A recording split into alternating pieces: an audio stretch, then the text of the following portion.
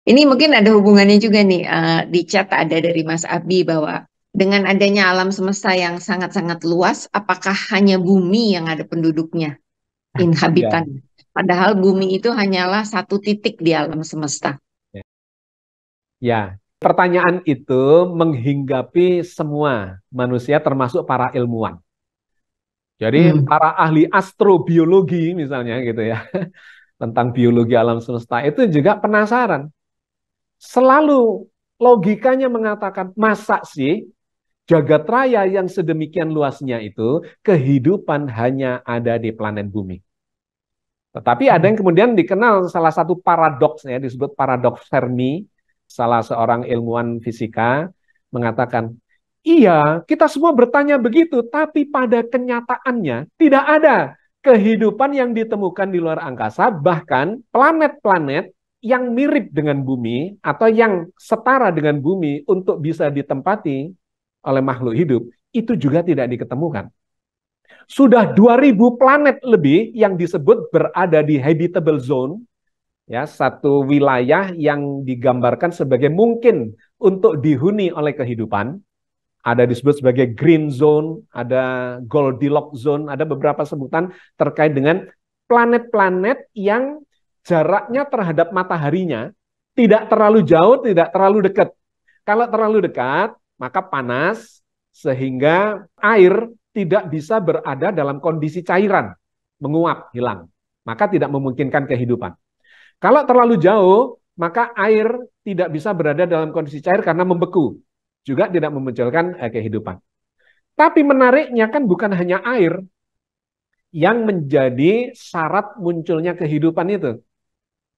Waduh, jutaan mungkin ya, jutaan variabel yang menjadikan semua itu bertemu di dalam satu titik yang memungkinkan munculnya kehidupan. Coba lihat bumi kita misalnya. Air ada, tetapi kalau jumlahnya tidak membuat dia bisa bertahan ya dengan siklusnya itu menguap, kemudian kembali lagi ke bumi, maka bumi tidak akan bisa dijadikan tempat hidup. Kalau berat jenis air itu lebih tinggi atau lebih ringan dan kemudian dia melayang ke angkasa, suhu buminya juga tidak tepat seperti ini, lebih panas atau lebih airnya kemudian keluar angkasa, maka bumi mati. Yang kedua, berat molekul oksigen. Jadi kalau planet itu nggak memiliki oksigen, meskipun punya air, ya dia nggak ada kehidupan gitu. Dan kalau berat molekul dari oksigen itu lebih ringan, dia akan lepas ke sana. Yang menarik, berat molekul oksigen itu cukup rendah sehingga dia dekat bumi, sehingga kita bisa bernafas. Itu dari berat molekulnya. Komposisi di atmosfer cuma 21%. Kalau jumlah oksigen lebih besar dari itu, maka semuanya ini akan teroksidasi. Kekeroposan itu akan lebih cepat, semuanya bakal gampang terbakar, dan seterusnya. Kalau komposisinya lebih banyak. Kalau lebih rendah dari itu, ya juga tidak memunculkan sustainabilitas kehidupan. Dan seterusnya, gitu ya. Lapisan bumi yang memiliki fungsi yang menapis sinar ultraviolet, inframerah, dan sebagainya, dan sebagainya. Itu Masya Allah kalau kita lihat. Untuk memunculkan sebuah kehidupan, itu ada yang pernah menghitung ya, iseng-iseng secara matematik. Peluangnya itu adalah 1 dibanding 10⁻11. Karena nanti ketika ada air, ya, untuk memunculkan kehidupan itu butuh mengumpul menjadi asam amino. Itu harus ketemu itu antara hidrogen, oksigen, kemudian ada amonia gitu ya.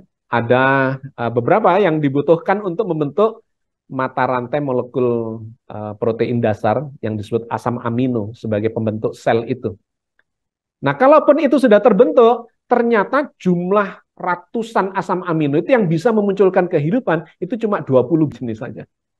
Sampai sekarang, ahli biokimiawi tidak ada yang bisa membuktikan bahwa teori generatio spontania, kehidupan muncul secara spontan di muka bumi dari benda-benda mati.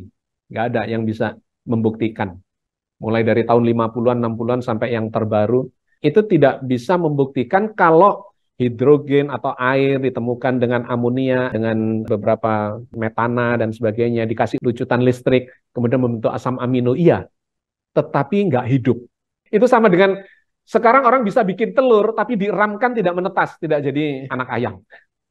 Karena kehidupan itu tidak muncul dengan sendirinya. Kehidupan itu muncul dari yang maha hidup. Dan seterusnya.